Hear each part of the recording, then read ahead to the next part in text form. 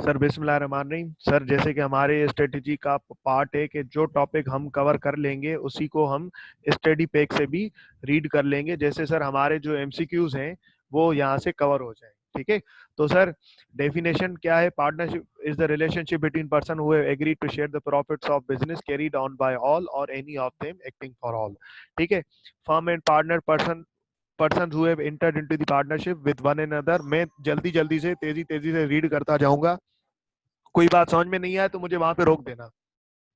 Persons who have entered into the partnership firm with one another are also called individually partners and collectively a firm, and the name under which their business is carried on is called the firm of the firm name। अब देखो इस बात पे MCQs क्या बन सकता है कि भाई देखो, पर जो बंदे पार्टनरशिप बिजनेस के अंदर हैं इंडिविजुअली तो उनको पार्टनर्स कहा जाता है, लेकिन कलेक्टिवली उनको क्या कहा जाता है? ये कलेक्टिवली पे जो वर्ड आ रहा है ना, ये कलेक्टिवली पे, इस बात पे एमसीक्यूज बन सकता है कि पार्टनरशिप बिजनेस के अंदर जो पर्सन्स काम करते हैं उनको इंडिविजुअली तो पार्टनर कहा जाएगा, कलेक्टिवली उनको क्या कहा जाएगा? या इस तरीके से बन सकता है कि पर्सन जो पार्टनरशिप बिजनेस के अंदर काम करते हैं उनको इंडिविजुअली क्या कहा जाता है और कलेक्टिवली क्या कहा जाता है। तो एमसीक्यूज का जवाब होगा पार्टनर्स कॉमा फर्म। इस तरीके से आपका आ रहा होगा, या इस तरीके से भी आ रहा होगा कि यार उनके बिजनेस का नाम क्या है। ठीक है ना, तीनों चीजें आपसे पूछ सकता है। Persons who have entered into the partnership with one another are called individually break, sir यहाँ पे blank आ जाएगा, उसके बाद in collectively यहाँ पे भी blank आ जाएगा, and the name under which their business is carried on is called the, sir यहाँ पे blank आ जाएगा name। तो सर एमसीक्यूज क्या बनेगा? Partners comma firm, sir comma firm का नेम आ जाएगा कोई भी। ठीक है ना sir, act of the firm and act of the firm mean, sir बात समझ में आ रही है ना किस तरीके से एमसीक्यूज मैंने ये बनाया? An act of the firm means any act or omission by all partners or by any partner or agent of the firm which gives rise to right enforceable by or against any of them। Sir ये भी हो गया मेरा। Sir उसके बाद आगे बढ़ते हैं। Definition third party used in relation to firm or to a partner therein means any person who is not a partner in the firm. ये दोनों नहीं, ये नहीं आ सकता ना, ये थर्ड पार्टी नहीं आएगा। एक्ट ऑफ द फर्म को देख लेना। Essential element of partnership, the definition of partnership indicates the following essential elements in the partnership, section 6। Sir essentials हैं ये यहाँ पे। ठीक है ना, आपसे हाँ ये पूछा जा सकता है कि एसेंशियल्स कितने हैं, तो सर यहाँ पे देख लें एसेंशियल ऑफ पार्टनरशिप कितने हैं। सर एसेंशियल ऑफ पार्टनरशिप 5 है। इस तरीके से आपसे पूछा जा सकता है how many essential elements of partnership contain. ठीक है ना, तो ए में आएगा 4, बी में 3, और सर सी में 6, डी में 5 आ गया। तो आप बता देंगे सर 5 एसेंशियल एलिमेंट्स हैं। तो ये भी इस तरीके से, हम कोई भी एरिया नहीं छोड़ेंगे। इस तरीके से नहीं सोचना कि सर ये इजी है, ये मैं क्या बना लूं। तो भाईजान इजी मुश्किल सब कवर कर लो। अब देखो सर इस पेज में से ना मुझे 2 एमसीक्यूज मिल गए। Association of 2 or more person, the partnership is an association between 2 or more person and all person must be competent to the contract. ठीक है, thus thus there can be partnership consisting of single individual। The partnership is an association between 2 or more person and all person must be competent to the contract। ठीक है, thus there can be no partnership consisting of single individual if the number gets reduced to 1 for any reason it ceases to be partnership। The partnership act does not say anything about the maximum number of partners but companies ordinance नहीं होगा यहाँ पे, companies act हो जाएगा। ठीक है ना, क्योंकि अब हमारा ऑर्डिनर नहीं है, ये बुक का पार्ट अपडेट नहीं हुआ है, तो यहाँ पे कंपनीज एक्ट आ जाएगा। Fixes the following maximum number. अब देखो, इन case of partnership firm carrying on business exception maximum number is 10। ये यहाँ पे बात आ जाएगी कि यार देखो पार्टनरशिप में क्या नंबर ऑफ पार्टनर फिक्स हैं?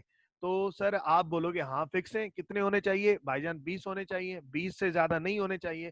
लेकिन हाँ, बैंक के केस में अगर कोई बंदे पार्टनर्स आपस में पार्टनरशिप कर रहे हैं तो उनके, और बैंक का बिजनेस लोन लेने का कारोबार कर रहे हैं, बैंकिंग टाइप, बैंक का क्या बिजनेस होता है सर? मेरे पास कोई आए, पैसे रखवाए और सर इंटरेस्ट ले ले, और मैं वही पैसे किसी और को देख के बदले में इंटरेस्ट ले रहा हूँ, तो सर इसको बैंक का बिजनेस बोला जाता है। तो अगर कोई पार्टनर्स बैंक का बिजनेस कर रहे हैं तो उनकी लिमिट 10 है। तो ये एमसीक्यूज आपके पास आ सकता है। The maximum number of partners in banking business, maximum number of partnership firm carrying on banking business is 10। ठीक है ना। या इस तरीके से भी आ सकता है, partnership firm carrying on any business maximum number है 20। वैसे कितना है, वैसे 20 है। वैसे नॉर्मली सर पार्टनरशिप फर्म के मेंबर्स के कितना है सर, 20 है, लेकिन बैंकिंग बिजनेस में सर 10 है। और सर जो पार्टनर वो कारोबार सर, आवाज सबके पास सही आ रही है? आवाज सबके पास सही आ रही है? ठीक है सर, आवाज सही आ रही है सबके पास।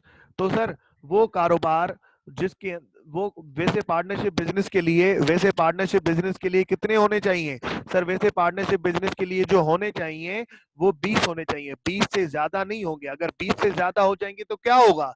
20 से ज्यादा हो जाएंगे तो क्या होगा, ये भी बात आपसे पूछ सकता है सर। 20 से ज्यादा हो जाएंगे तो वो इलीगल हो जाएगा और उनको कंपनीज एक्ट में रजिस्टर्ड करवाना पड़ जाएगा।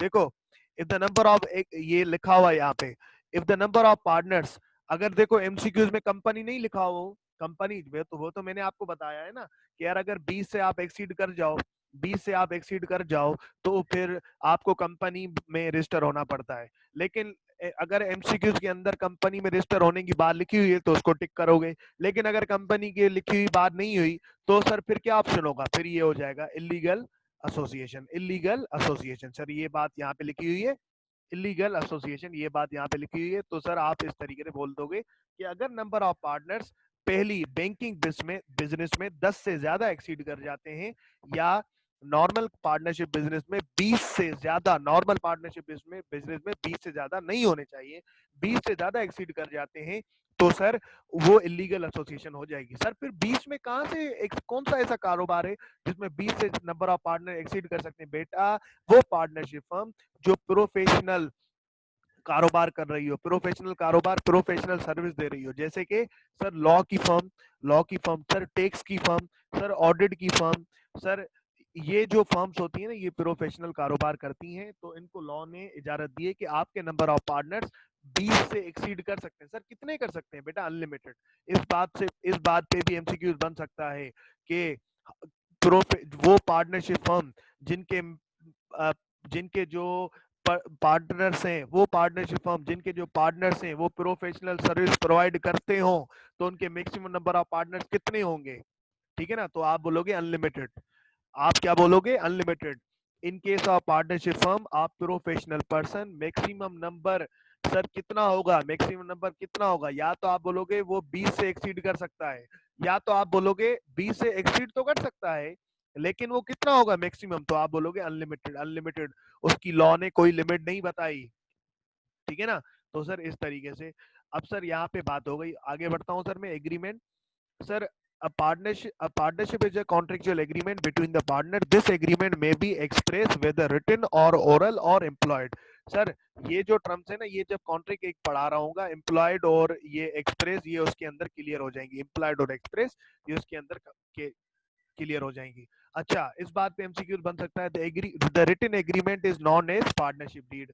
अब यहाँ पे एमसीक्यूज क्या बन सकता है कि पार्टनरशिप का जिस एग्रीमेंट में पार्टनर्स की बातें एग्री की जाए, उस एग्रीमेंट का क्या नाम है? जिस एग्रीमेंट में पार्टनर्स की बातें एग्री की जाए उस एग्रीमेंट का क्या नाम है? सर उस एग्रीमेंट का नाम है पार्टनरशिप डीड। पार्टनरशिप डीड, ठीक है ना। तो सर अब आगे बढ़ता हूं मैं एक स्टेप सर। इन पाकिस्तान पार्टनरशिप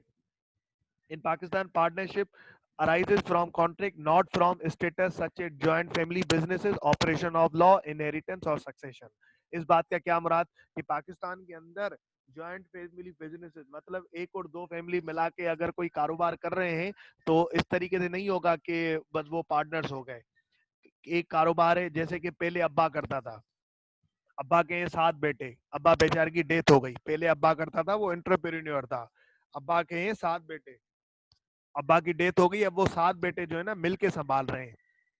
तो क्या वो सात सात जो बेटे हैं वो क्या पार्टनर्स हो गए? बेटा नहीं, वो पार्टनर नहीं हुए, वो सक्सेशन के थ्रू आए हैं, वो जॉइंट फैमिली के थ्रू आए, नहीं हुए।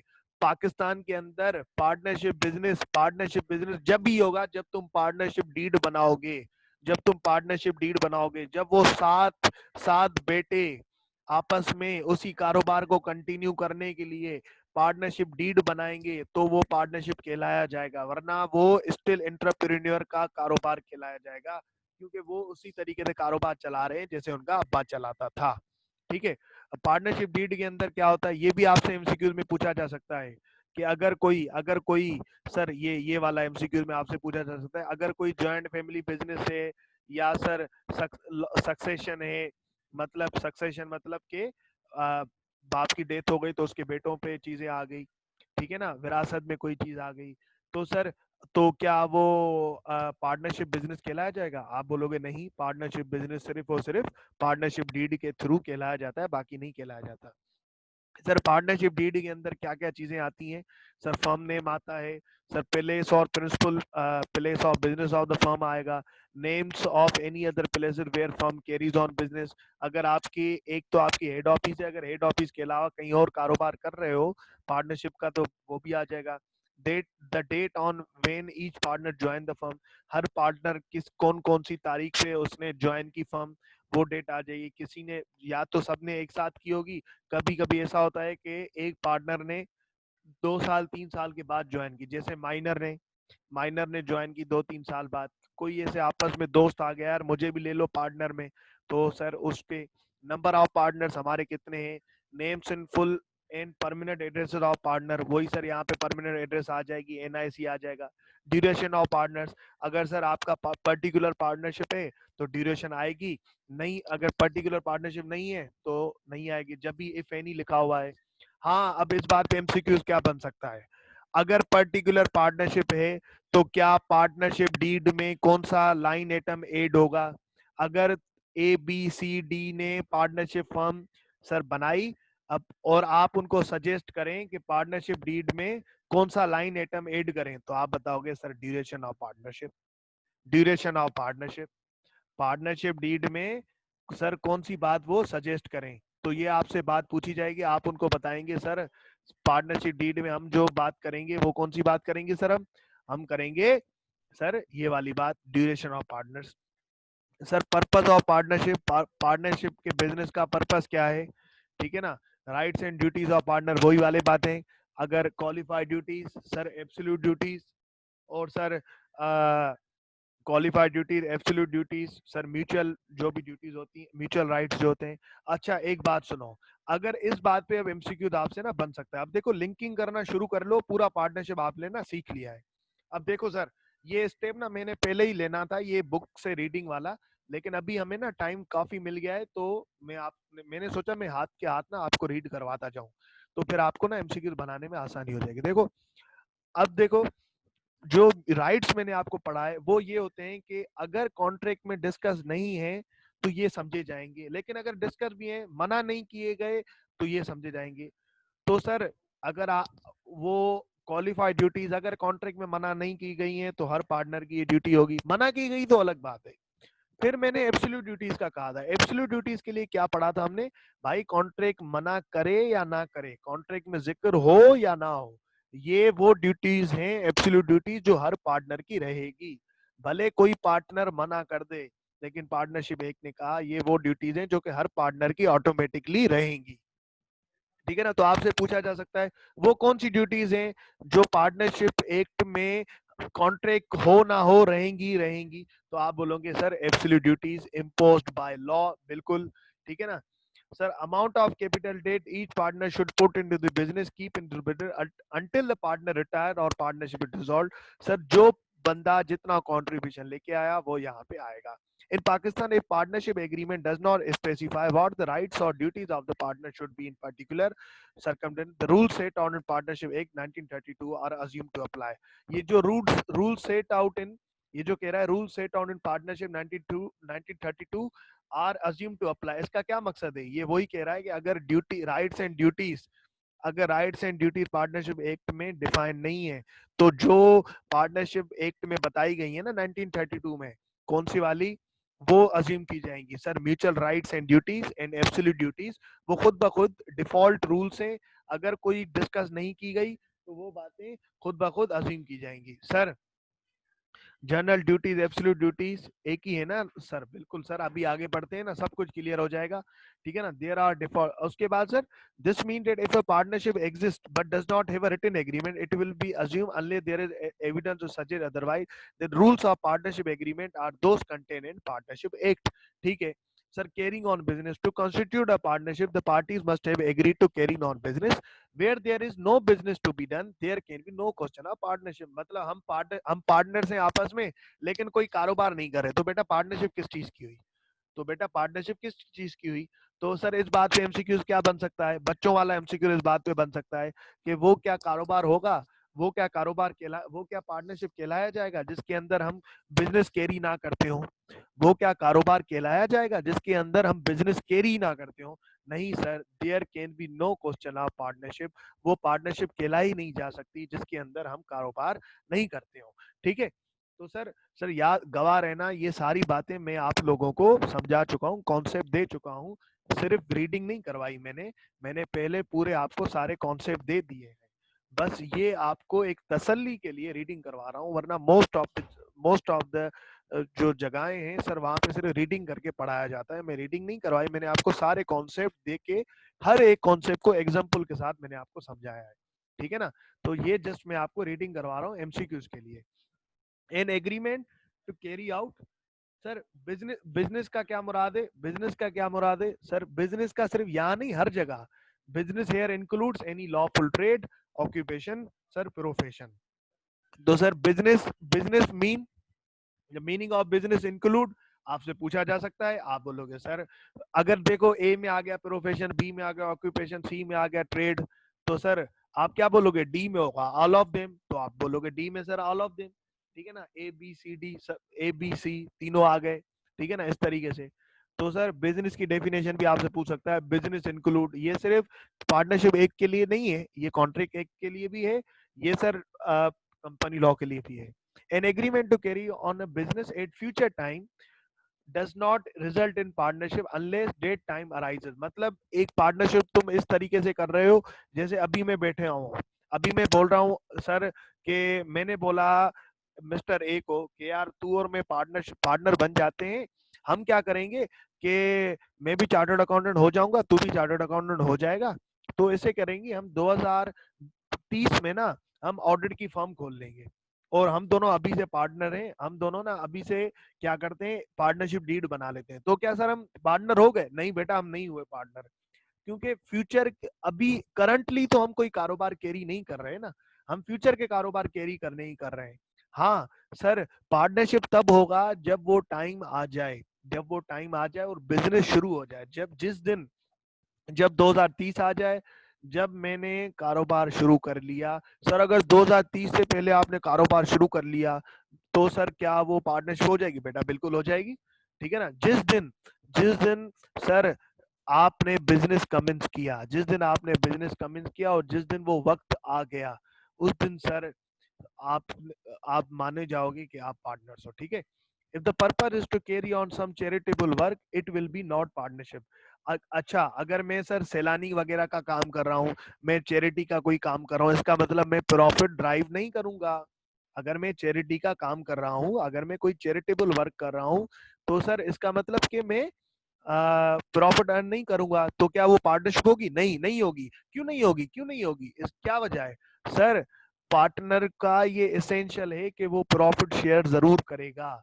ये बात अभी हमने नहीं पढ़ी है इस वक्त बुक के अंदर, लेकिन मैं आपको पहले समझा चुका हूँ कि सर पार्टनरशिप का ये एसेंशियल है कि पार्टनर बंदा तब बनेगा जब वो क्या करे सर? जब वो प्रॉफिट शेयर करे। ऑक्यूपेशन बिजनेस कैसे है सर? ऑक्यूपेशन बेटा कि तुम करते क्या हो? ऑक्यूपेशन तुम्हारा ट्रेड तो करते हो, तिजारत। ठीक है? प्रोफेशन तुम्हारा कोई भी हो सकता है, लेकिन ऑक्यूपेशन तुम करते क्या हो? ठीक है ना? सर कौन सा कारोबार करते हो, कौन सा ऑक्यूपेशन है तुम्हारा? सर जैसे कि ये आ गया, सर ये बात समझ में आई ना चैरिटेबल वर्क वाली? अगर 3-4 दोस्त मिलके चैरिटी वर्क कर रहे हैं, लोगों में राशन वगैरह डिस्ट्रीब्यूट कर रहे हैं, तो क्या वो पार्टनरशिप बिजनेस हो जाएगा? नहीं, क्योंकि चैरिटेबल वर्क में मैं प्रॉफिट अर्न नहीं करता। तो पार्टनरशिप के अंदर तो ये होता है कि प्रॉफिट शेयर जरूर आपको, ठीक है ना? तो बेटा ऑक्यूपेशन ऑक्यूपेशन वो चीज होती है कि तुम करते क्या हो, ऐसे नहीं कि कारोबार। ऑक्यूपेशन सिर्फ जॉब के लिए यूज नहीं होता, ऑक्यूपेशन तुम्हारी हर एक्टिविटी के लिए, हर एक्टिविटी के लिए ना वो यूज होता है, हर एक्टिविटी के लिए, सिर्फ कारो जॉब के लिए यूज नहीं होता। ऑक्यूपेशन मतलब तुम्हारी एक्टिविटीज क्या है कमाने के हवाले से, ठीक है ना। तो बिजनेस में भी एक्टिविटी होती है ना कमाने के लिए। Ghaffar and Jabbar purchased a shop, incurred additional expenses to renovate it, contributing in the ratio of 50-50, then leased out the shop on the rent, which was shared equally by the them. अच्छा एक बात सुनो, partnership के अंदर अगर तुमने एक घर खरीद लिया और उसको तुमने रेंट पे दे दिया, अगर तुमने कोई प्रॉपर्टी खरीद ली तो तुमने अगर रेंट पे दे दी तो वो भी पार्टनरशिप में नहीं आएगी। तो याद रखना, वो बिजनेस वो एक्टिविटी जो कि चैरिटेबल वर्क हो वो कभी पार्टनरशिप नहीं होगी। वो एक्टिविटी जिसके अंदर एक घर के दो ऑनर हो, एक घर के दो ऑनर हो तो उनको हमेशा को ऑनर कहा जाएगा, एक घर के दो ऑनर हो तो उनको हमेशा को ऑनर कहा जाएगा। और सर उन्होंने क्या किया है, अपने घर को रेंट पे दे दिया है, तो इसका मतलब वहां पे लॉस एलिमेंट है ही नहीं, लॉस एलिमेंट है ही नहीं, ठीक है ना। रेंट तो मतलब एक फिक्स का हिसाब हो गया ना, तो वो भी पार्टनरशिप में नहीं आएगा। वो भी पार्टनरशिप, जो प्रॉपर्टी रेंट के लिए दी जाए, ये बात पहले भी बता चुका हूँ, वो हमेशा नहीं आएगी। इस बात पे सर क्या एमसीक्यू बन सकता है, कौन सी दो चीजें कैरिंग ऑन बिजनेस में शामिल नहीं होगी, पार्टनरशिप में शामिल नहीं होगी? सर एक चैरिटेबल वर्क, ठीक है, और सर वो कारोबार जो कि हमने लीज पे दे दिया हो, रेंट पे, जो कि हमने रेंट पे दे दिया हो, वो कारोबार जो कि हमने रेंट पे दे दिया हो, ये दोनों चीजें पार्टनरशिप में नहीं आएगी।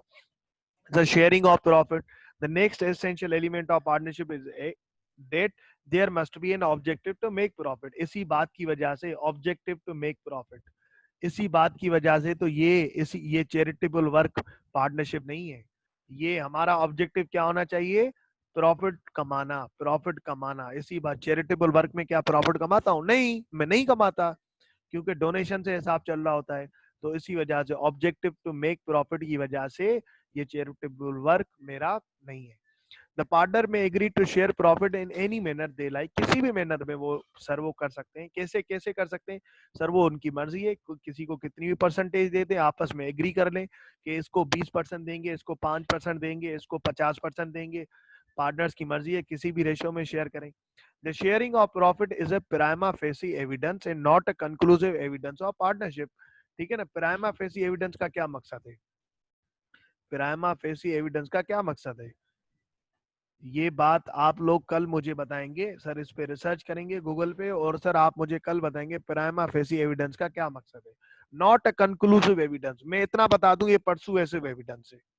प्राइमा फेसी एविडेंस मतलब परसुएसिव एविडेंस है, नॉट कंक्लूसिव। कंक्लूसिव एविडेंस वो होता है कि भाई जो बात बिल्कुल 100% सही साबित हो रही हो।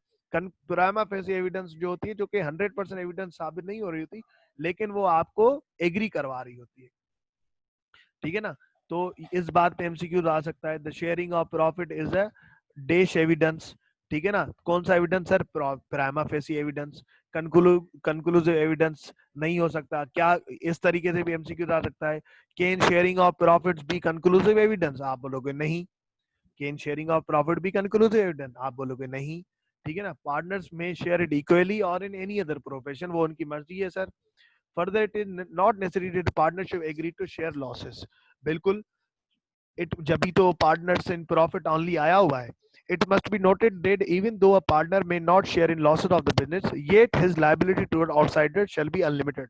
हाँ, अगर ये बात बड़ी सर एम की इसने, ये बात पहले भी मैं आपको समझा चुका हूँ। यहाँ तक अगर अगर एक पार्टनर आपस में पार्टनर्स ने एग्री किया है, जैसे सी कह रहा है ए और बी को कि यार मैं ना प्रॉफिट सिर्फ शेयर करूंगा, लॉस शेयर नहीं करूंगा। तो कौन से लॉस? इस लॉस से क्या मकसद? सी ने बोला है ए बी को कि मैं सिर्फ और सिर्फ प्रॉफिट शेयर करूंगा, लॉस शेयर नहीं करूंगा। बेटा वो प्रॉफिट जो कि पीएनएल में आता है, प्रॉफिट एंड लॉस अकाउंट में आता है, वो प्रॉफिट शेयर करूंगा। लॉस वो शेयर नहीं करूंगा जो कि पीएनएल में आता है, जैसे कि सेल इतनी की, कॉस्ट ऑफ गुड्स सोल्ड इतना किया, ग्रॉस प्रॉफिट इतना किया, सर एक्सपेंसेस इतने आए, सर टैक्स हमने इतना भरा। तो सर उसके बाद जो प्रॉफिट या लॉस आया, प्रॉफिट आया तो शेयर करूंगा, लॉस आया तो कंट्रीब्यूट नहीं करूंगा। लेकिन वो जो सी है उसने बोला मैं लॉस शेयर नहीं करूंगा, पीएनएल वाला। लेकिन अगर उनके ए बी सी के पार्टनरशिप बिजनेस ने किसी से उधार पे सेल ली है या उधार पे कोई चीज खरीदी है, या एबीसी के पार्टनरशिप बिजनेस किसी से उधार पे चीज खरीदी है या किसी से लोन लिया है, तो क्या सर सी इसमें कंट्रीब्यूट करेगा? बिल्कुल बेटा, ये लायबिलिटी है, ये लॉस नहीं है, ये लायबिलिटी है, ये कर्जा है। इसमें तीनों लायबल होंगे, ए बी सी तीनों अनलिमिटेड लायबल होंगे टुवर्ड्स थर्ड पार्टी।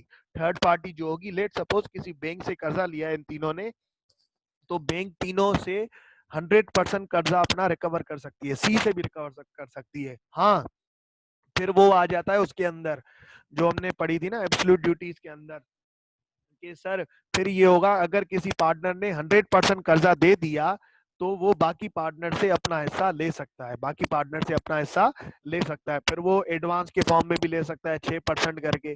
सही है ना? अब चीजों को लिंक करना सीख लो, अब बड़े हो गए हो, पार्टनरशिप आना चाहिए तुम लोगों को। Sir, a person receiving a profit not necessarily a partner such as lender of money to person engaged or about to engage। हाँ, इस बात पे ना अब आपसे ना एमसीक्यू क्या बन सकता है, एमसीक्यू ये बन सकता है कि ये आपको 6 की 6 बातें लिख दी जाएंगी और कब बोला जाएगा क्या ये बताओ ये बंदे जो प्रॉफिट शेयर कर रहे हैं क्या ये पार्टनर है? आप बोलोगे नेसेसरी नहीं है कि ये पार्टनर हो, आप बोलोगे जरूरी नहीं कि ये पार्टनर हो। ठीक है ना? जरूरी नहीं कि ये पार्टनर हो। और एक बात बताओ, अगर एक पार्टनर अपना इंटरेस्ट किसी और को ट्रांसफर कर रहा है, अगर एक पार्टनर अपना इंटरेस्ट किसी और को ट्रांसफर कर रहा है, तो मुझे ये बात बताओ, क्या वो बाकी पार्टनर से इजाजत लेके ट्रांसफर करेगा या बिना इजाजत लेके ट्रांसफर करेगा? ये बात बताओ। अगर ए बी सी पार्टनर है, बी जो है अपना इंटरेस्ट जेड को ट्रांसफर करना चाह रहा है, तो क्या सर वो ए और बी से पूछ के करेगा या वैसे ही कर लेगा? सर इजाजत लेके करेगा। बिल्कुल बिल्कुल बिल्कुल सही जवाब दिया आप सबने। ठीक है ना? तो सर ये वो है जिस पे एमसीक्यू इस तरीके से आ सकता है। सर उम्मीद है आप सब लोग एंजॉय कर रहे होंगे। म्यूचुअल एजेंसी पे आते हैं। There must be exist a mutual agency relationship among partners. Mutual agency relationship means that each partner is both agent and a principal. Each partner is an agent in the sense that he has the capacity to bind other partner by his acts done. Each partner is principal in the sense that he is bound by the acts of the other partners. ठीक है sir, आगे बढ़ते हैं। ये आपने example देख लीजिएगा। Sir ए और बी जो है आपस में अगर ए काम कर रहा है तो बी और सी प्रिंसिपल है।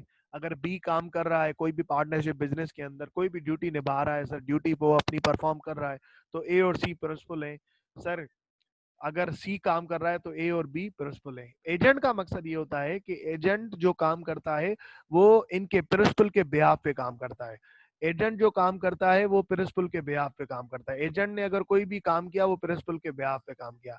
इन केस एजेंट ने कोई गलती की तो सर वो बी सी बी लायबल होंगी। हाँ, पर एजेंट ने कोई ऐसी गलती की, अपनी ड्यूटी अपनी लिमिट से ज्यादा कर दी, अपनी ड्यूटी कोई चीज उसने लिमिट से ज्यादा कर दी, तो वो एजेंट खुद जिम्मेदार होगा, प्रिंसिपल जिम्मेदार नहीं होगा। सही है ना? प्रिंसिपल जिम्मेदार नहीं होगा। Sir following two important features of partnership need to be understood. A partnership does not have a legal personality. Partnership की कभी भी लीगल पर्सनालिटी नहीं होती। पार्टनरशिप की लीगल पर्सनालिटी, इससे क्या मुराद सर? याद करो चैप्टर 19 कंपनी लॉ का पहला पेज मैंने आपको पढ़ाया था कि कंपनी सिर्फ लीगल पर्सनालिटी होती है, पार्टनरशिप डीड कभी भी लीगल पर्सनालिटी नहीं होती। क्यों? क्योंकि लॉ की नजर में पार्टनरशिप एग्जिस्ट नहीं करता, लॉ की नजर में पार्टनर्स एग्जिस्ट करते हैं, कंपनी लॉ की नजर में एग्जिस्ट करता है, बिल्कुल सेपरेट लीगल एंटिटी वाला form. A partnership does not have a legal personality. Unlike a company, it is not a legal person, a third party entering into the business transaction। इस बात पे आ सकता है क्या पार्टनरशिप लीगल पर्सनालिटी? आप बोलोगे नहीं। या इस तरीके से आ सकता है which of them which of the following is a legal personal, which of the following is a legal personal। तो आपको बोला जाएगा ए के अंदर के इंटरप्रेन्योर, सर बी में पार्टनर्स, पार्टनरशिप बिजनेस, सर सी में आएगा कंपनी, डी में आएगा नन ऑफ देम। तो आप बोलोगे सर कंपनी जो है वो लीगल पर्सन है। A third party entering into the business transaction with partnership does not have a contractual agreement with partnership। Partnership के साथ कॉन्ट्रेक्चुअल एग्रीमेंट नहीं होता क्योंकि पार्टनरशिप तो एग्जिस्ट ही नहीं करती। The contractual agreement is between the third party and all the partners is individual, her partner के साथ इंडिविजुअली वो माना जाएगा। Partners in a partnership do not have a limited liability, उनकी लिमिटेड लायबिलिटी नहीं होती, ये भी बात मैं आपको बता चुका हूँ। Are personally liable for any liabilities of the partnership business that the partnership can not pay, अगर पार्टनरशिप बिजनेस पे नहीं कर पा रहा, अगर पार्टनरशिप, सबसे पहले अगर बैंक से मैंने लोन लिया 10 लाख रुपए का, तो सबसे पहले किस में से दिए जाएंगे? पार्टनरशिप के कारोबार में से। पार्टनरशिप में जितने पैसे पड़े होंगे, कैश पड़ा होगा वो दिया जाएगा, जितने सर बैंक में पड़े होंगे पैसे वो दिए जाएंगे, उसके बाद एसेट सेल किए जाएंगे पार्टनरशिप के, वो दिए जाएंगे सर। उसके बाद अगर पार्टनरशिप के पास कुछ भी नहीं है अब देने को, तो हर पार्टनर इंडिविजुअली उसकी लायबिलिटी अनलिमिटेड है टुवर्ड्स बैंक, कि भाई वो बैंक को अनलिमिटेड उसकी लायबिलिटी है, वो बैंक को पूरे पैसे पे कर ले सर। फिर अगर किसी पार्टनर ने ज्यादा दे दिए, बेटा वो बाकी पार्टनर से रिकवर करेगा। Test of partners sir in determining whether group of person is or is not a firm, तो ये बात याद रखो, हमेशा आपसे सवाल किया जाता है, जैसे अभी मैंने आपको पास पेपर भी करवाया, पास पेपर मेरे पार्टनरशिप के हैंड आउट में क्वेश्चन नंबर 1 और 2 जो थे, उसके अंदर ज्यादातर ये सवाल था क्वेश्चन 1-2 में, कि कब माना जाएगा कि ये जो आपस में तीन दोस्त हैं, तीन पार्टनर्स हैं, इनकी वाकई पार्टनरशिप बिजनेस है कि नहीं।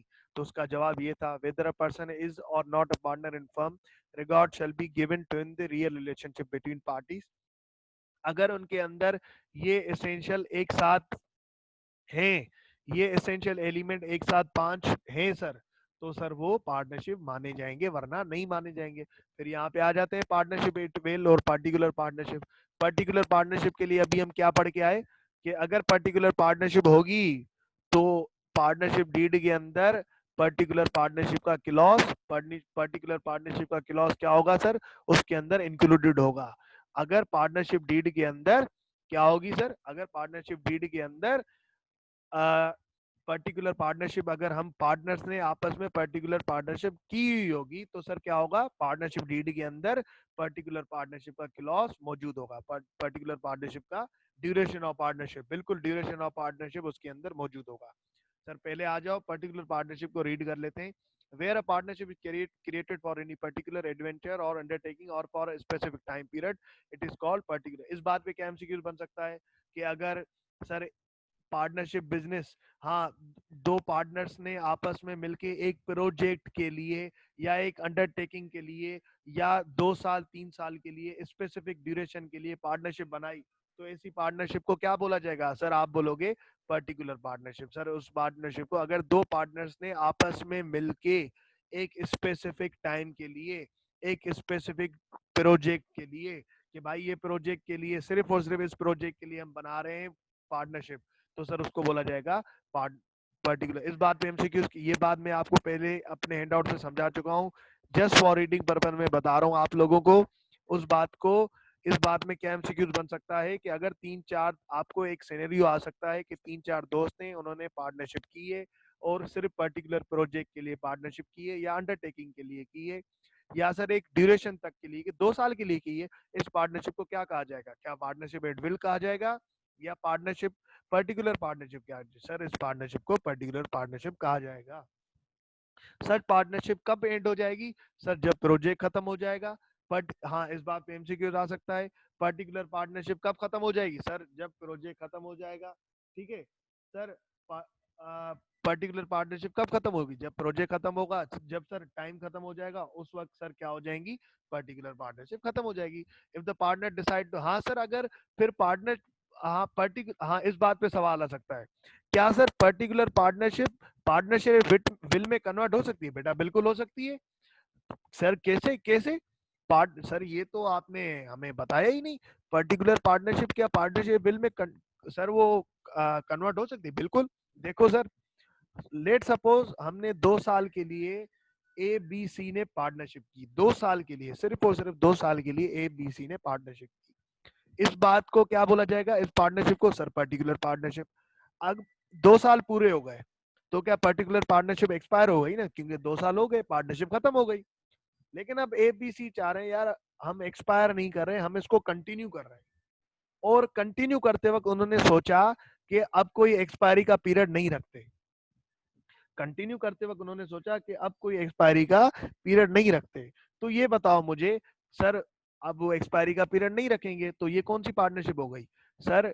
पार्टनरशिप एट विल हो गई। दोबारा बता रहा हूं कि अगर एक पर्टिकुलर पार्टनरशिप जब एक्सपायर हो जाए, या प्रोजेक्ट खत्म हो जाए, या जिस प्रोजेक्ट के लिए क्रिएट की गई थी या वो खत्म हो जाए, या टाइम खत्म हो जाए, तो सर उसके बाद वो एक्सपायर हो जाती है। अगर उसके बाद पार्टनर्स खत्म नहीं करना चाह रहे हैं, उनमें आपस में माशाल्लाह मोहब्बत अच्छी हो गई है, अंडरस्टैंडिंग अच्छी हो गई है, अगर वो कैरी आउट करना चाह रहे हैं, तो सर वो पार्टनरशिप सर उसी डीड को कंटिन्यू कर सकते हैं, लेकिन उसके अंदर ड्यूरेशन जो होगी वो पैराग्राफ हट जाएगा। वही टर्म्स एंड कंडीशन रख सकते हैं पार्टनरशिप डीड के अंदर, ड्यूरेशन वाला पैराग्राफ उसके अंदर रिमूव हो जाएगा। तो सर ये बात यहाँ पे लिखी हुई है, if the partner decide to continue such partner even after expiry of a specific period or completion of specific venture, then it becomes partnership at will। तो वो पार्टनरशिप एट विल में हो जाएगी। क्या सर पार्टनरशिप एट विल इसके अंदर convert हो सकती है पर्टिकुलर पार्टनरशिप के? नहीं बेटा, इसके अंदर वो कन्वर्ट नहीं हो सकती, इसके अंदर वो कन्वर्ट नहीं हो सकती। हाँ, अब इस बात पे क्या एमसीक्यू बन सकता है, क्या पर्टिकुलर पार्टनरशिप विल में कन्वर्ट हो सकती है? हाँ, पर क्या partnership at will particular partnership में कन्वर्ट हो सकती है? नहीं, नहीं हो सकती, कन्वर्ट नहीं हो सकती। बात समझ में आ रही है बेटा? डीड एक्सपायर होने का असर, तो क्या पर्टिकुलर पार्टनरशिप ऑन विल में कन्वर्ट करने के लिए डीड एक्सपायर होने का इंतजार करना पड़ेगा? बेटा जरूरी नहीं है। तुम जब भी ड्यूरेशन का पैराग्राफ हटा दो पार्टनरशिप डीड के अंदर, तो वो पार्टनरशिप एट विल में कन्वर्ट हो जाएगी। सही है ना? डीड के एक्सपायर होने का आपने इंतजार नहीं करना पड़ेगा, डीड के एक्सपायर होने का इंतजार नहीं करना पड़ेगा। सर अब अगर मैं आगे बढ़ूं, where no provision is made between the partner for duration of their partners or for the determination of their partnership, the partnership is called partnership at will.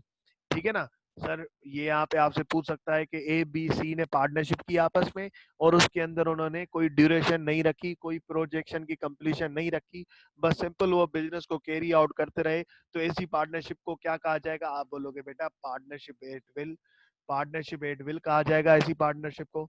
In such partnership there is no provision as to when the partnership will come to an end. Any partner is free to dissolve the partnership by giving a notice in writing to all other partners of his intention to dissolve the firm। ये बात बड़ी अहम है, ये बात बड़ी अहम है। अगर कॉन्ट्रैक्ट में कुछ नहीं लिखा गया, तो कोई भी पार्टनर अगर खुद रिटायर होना चाह रहा है तो उसकी मर्जी, फिर पार्टनरशिप फर्म, देखो अगर किसी पार्टनर ने कहा मैं रिटायर होना चाह रहा हूँ, पार्टनरशिप फर्म भले चलती रहे, तुम लोग भले कारोबार करते रहो, लेकिन मैं रिटायर होना चाह रहा हूँ, तो सर वो खुद रिटायर हो जाएगा, तो फिर वो पार्टनरशिप फर्म रहेगी लेकिन वो पार्टनर नहीं रहेगा। पर अगर कोई पार्टनर कह रहा है कि नहीं पार्टनरशिप फर्म ही नहीं रहेगी, मैं तुम लोगों को ये कारोबार करने ही नहीं दूंगा, सही है ना? तो सर अगर उसने नोटिस दे दिया, अगर उसने नोटिस दे दिया तो जितना टाइम ड्यूरेशन उसने नोटिस में लिखा हुआ है, उस तारीख से फर्म पार्टनरशिप फर्म क्या हो जाएगी सर? डिसॉल्व हो जाएगी। The firm is dissolve is from the date mention in the notice. किस तारीख से सर? जो तारीख नोटिस में मेंशन होगी, जो तारीख नोटिस में मेंशन होगी, सर उस तारीख से क्या हो जाएगी सर? अगर सर नोटिस में कोई तारीख नहीं है, तो सर क्या होगा? जिस वक्त नोटिस सेंड किया गया, हाँ इस बात पे एमसीक्यू आ सकता है, देख लो यहां से लेके यहां तक, फर्म कब डिसॉल्व होगी सर? जिस तारीख, अगर जो नोटिस में डेट है या तो उस तारीख पे, अगर कोई डेट नहीं है तो जिस तारीख पे नोटिस कम्युनिकेट हुआ उस तारीख पे। जैसे अगर हमने नोटिस कम्युनिकेट हुआ 1 अप्रैल को, आपको ना इस पे सिनेरियो बना के दे सकता है एग्जामिनर, सिनेरियो बना के दे सकता है कि ए बी सी 3 पार्टनर हैं, और सी ने क्या बोला? सी ने बोला कि मैं फर्म डिसॉल्व करना चाहता हूं, और उसने कोई डेट मेंशन नहीं की। तो इन दिस अबो सर्कमस्टेंसेस आप गाइड करें कि कब फर्म डिसॉल्व होगी, तो आप बोलोगे कि भाईजान अगर no date is mention is date of communication of notice, जिस वक्त नोटिस कम्युनिकेट किया गया उस वक्त फर्म डिसॉल्व हो जाएगी। पर अगर सर सी ने बोला कि सी ने कम्युनिकेट किया 1 अप्रैल को और डेट में लिखा कि 1 मई को डिसॉल्व हो जाएगी, तो सर फर्स्ट कम्युनिकेशन डेट कौन सी है? 1 अप्रैल, लेकिन नोटिस में डेट मेंशन है, तो 1 मई को ही वो डिसॉल्व होगी। अगर 1 मई को डिसॉल्व की नोट डेट नहीं लिखी होती तो सर ये 1 अप्रैल को डिसॉल्व हो रही होती। सर बात समझ में आ रही है सब लोगों को? Sir if the freedom to dissolve the firm it will is curtailed by agreement. मैंने क्या बोला?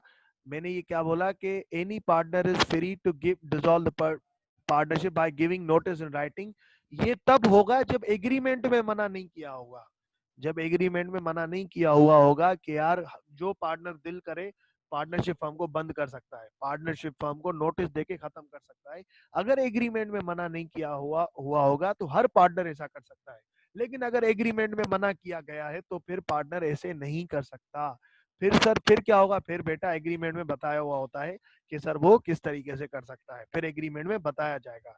तो वही बात यहाँ पे लिखी हुई है, if the freedom to dissolve the firm is curtailed by agreement. अगर एग्रीमेंट में मना किया गया है, like if the agreement provided the partnership can be dissolve by mutual consent of all partner. Normally ये होता है कि एग्रीमेंट में हमने लिख दिया कि यार पार्टनरशिप हम जब ही बंद होगी जब सारे पार्टनर मिलके फैसला करेंगे। तो सर फिर एक अकेला पार्टनर अकेला पार्टनर फिर डिसॉल्व नहीं कर सकता। ठीक है, यहाँ तक क्लियर है बातें? सर फिर टाइप्स ऑफ पार्टनरशिप में आ गए, actual or ostensible partner. A partner who is actively engage in the conduct of business is called actual or ostensible partner. Such a partner such a partner is an agent of all other partner for purposes of the business. He can bind himself and other partner for acts done in the ordinary course of businesses. ठीक है, तो sir यहाँ तक देख लें तो